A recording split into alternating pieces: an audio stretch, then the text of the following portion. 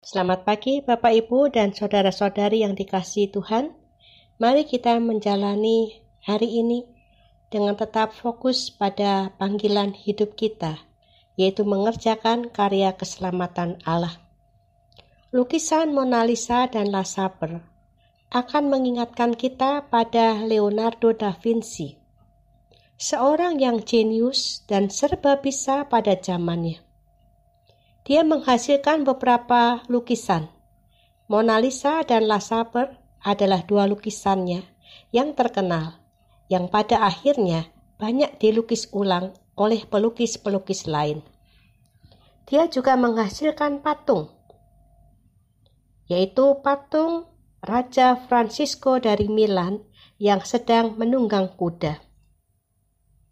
Dia juga menyukai musik dan mampu menciptakan alat musik. Leonardo da Vinci tertarik dengan arsitektur. Dia ikut membuat sketsa pembangunan kota Milan. Dia tertarik pada ilmu kedokteran. Dia menyelidiki anatomi tubuh manusia dengan membedah mayat, walaupun pada saat itu pembedahan mayat belum diizinkan. Dia juga merancang pesawat terbang dengan membuat sketsa cara terbang burung. Walaupun Leonardo da Vinci semasa hidupnya terus mengejar kemajuan dan tidak pernah merasa puas, tetapi karyanya yang benar-benar selesai tidaklah banyak.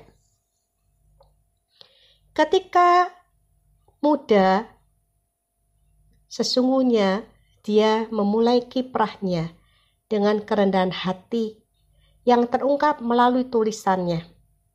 Hendaklah dia yang tidak dapat melakukan apa yang dikehendakinya, mau melakukan apa yang bisa dilakukannya. Menghendaki itu bodoh jika tidak ada kekuatan untuk bertindak. Adalah bijaksana jika seorang yang tidak bisa tidak berharap bahwa dia bisa. Sayang, rasa tidak puasnya membuat dia lupa pada kerendahan hati yang mengawali karirnya. Beberapa bulan sebelum dia meninggal dunia, dia kembali ke gereja Santa Maria delle Grazie di Milan dan menemukan bahwa kelembapan telah merusak lukisan La Sabre-nya. Dia sempat menuliskan di buku catatannya dengan huruf-huruf yang luar biasa kecil, seolah-olah malu bila terbaca. Kita tidak boleh menginginkan yang mustahil. Bapak, Ibu, dan saudara-saudari yang dikasihi Tuhan, ada ungkapan yang berkata, seorang yang mengerjakan terlalu banyak atau tidak fokus, biasanya mendapatkan hasil yang sangat sedikit. Bill Gates adalah salah seorang yang terkaya di dunia. Dia pernah berkata bahwa keberhasilannya menjadi salah satu orang terkaya di dunia karena dari awal karirnya, dia memilih hanya fokus pada beberapa hal yang berkaitan dengan Microsoft. Apa jadinya kalau Bill Gates menginginkan dan mengerjakan banyak hal? Bacaan kita pagi hari ini diambil dari Injil Yohanes 6 ayat 15. Karena Yesus tahu bahwa mereka hendak datang dan hendak membawa dia dengan paksa untuk menjadikan dia raja, ia menyingkir pula ke gunung seorang diri. Banyak orang berpikir bahwa mengerjakan banyak, hasilnya pasti akan lebih banyak. Tetapi kenyataannya yang terjadi tidak demikian. Sebuah rumah makan dengan banyak menu, belum tentu semua menu itu enak rasanya.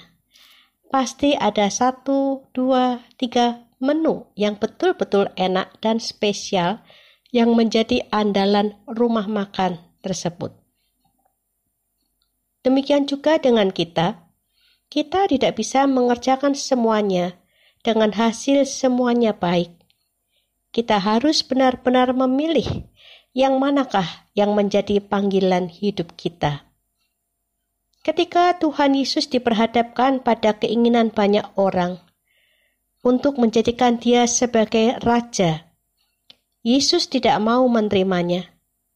Karena itu akan membuatnya memiliki dua jalan, menjadi Raja Yahudi dan Juru Selamat manusia.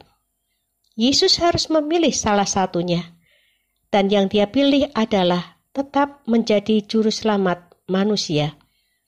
Dia mengabaikan keinginan banyak orang yang ingin menjadikan Dia menjadi seorang raja. Walaupun menjadi raja jauh lebih mudah bagi Yesus dibandingkan apabila Dia memikul salib untuk menebus dosa manusia. Bukankah selama Yesus dapat memuaskan keinginan dan hasrat orang-orang Yahudi akan tetap baik kepadanya? Yesus dengan kuasanya dapat memuaskan seluruh orang Yahudi. Air dapat diubah menjadi anggur, batu diubah menjadi roti, bahkan 5 roti dan 2 ekor ikan dapat berlipat ganda. Yesus dapat memenuhi kebutuhan pangan orang Yahudi. Yesus dapat meredakan angin badai, menyembuhkan orang sakit apapun juga penyakitnya, dan orang mati dapat dibangkitkan, bahkan Yesus dapat mengusir setan. Yesus dapat membuat orang Yahudi hidup damai. Yesus juga dapat melindungi orang Yahudi dari politik bait Allah dan pemerintahan Romawi. Apa yang kurang dari Yesus kalau Dia memilih menjadi raja orang Yahudi? Tapi itu bukan pilihannya. Karena itu bukan panggilan Yesus dari Allah.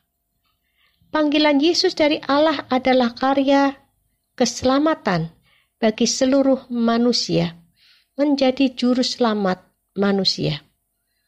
Karena itu, Dia mengabaikan apa yang bukan menjadi panggilannya.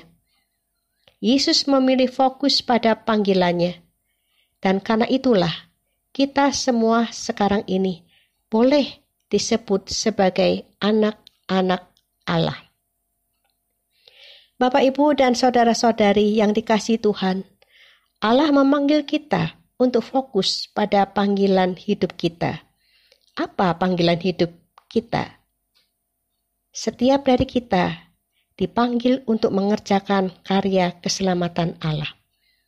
Apapun profesi, karir, dan pekerjaan kita, lakukanlah panggilan Allah di dalam kehidupan kita itu dengan segenap hati. Abaikanlah segala sesuatu yang bukan panggilan untuk hidup kita, supaya dengan demikian kita sanggup mengerjakannya dengan baik dan benar dan mendatangkan kemuliaan bagi nama Tuhan. Selamat menjalankan panggilan hidup kita dengan fokus pada karya keselamatan Tuhan. Tuhan beserta kita. Amin.